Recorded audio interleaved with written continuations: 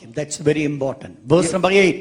Very important. യഹോവ അവരെ ഇസ്രായേലിന്റെ കയ്യിൽ ഏൽപ്പിച്ചു. യഹോവ അവരെ ഇസ്രായേലിന്റെ കയ്യിൽ. ഹോളി സ്പിരിറ്റ് ഒന്നുകൂടെ വായിച്ച ആ വാക്യം. യഹോവ അവരെ ഇസ്രായേലിന്റെ കയ്യിൽ. യഹോവ അവരെ ആരാ ഏൽപ്പിച്ചേ?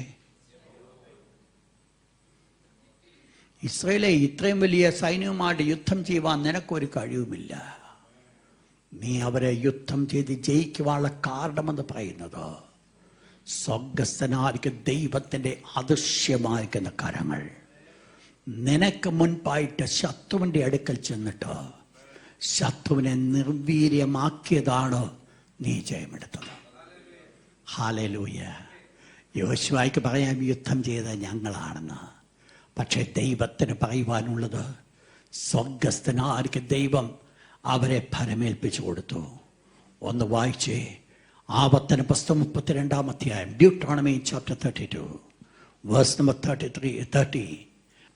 അവരുടെ പാറ അവരെ വിറ്റുകളയുകയും യഹോവ അവരെ ഏൽപ്പിച്ചു കൊടുക്കുകയും ചെയ്തിട്ടല്ലാതെ ഒരുവൻ 1000 പേരെ പിന്തുടരുന്നതും 10,000 പേരെ ഓടിക്കുന്നതും എങ്ങനെയാ? എന്ത് ചെയ്താലേ സംഭവിക്കത്തുള്ളൂ? യുദ്ധം ചെയ്യുന്നവരുടെ കഴിവല്ല, പിന്നെയോ അവരുടെ പാറ അവരെ ഏൽപ്പിച്ചു കൊടുത്തു.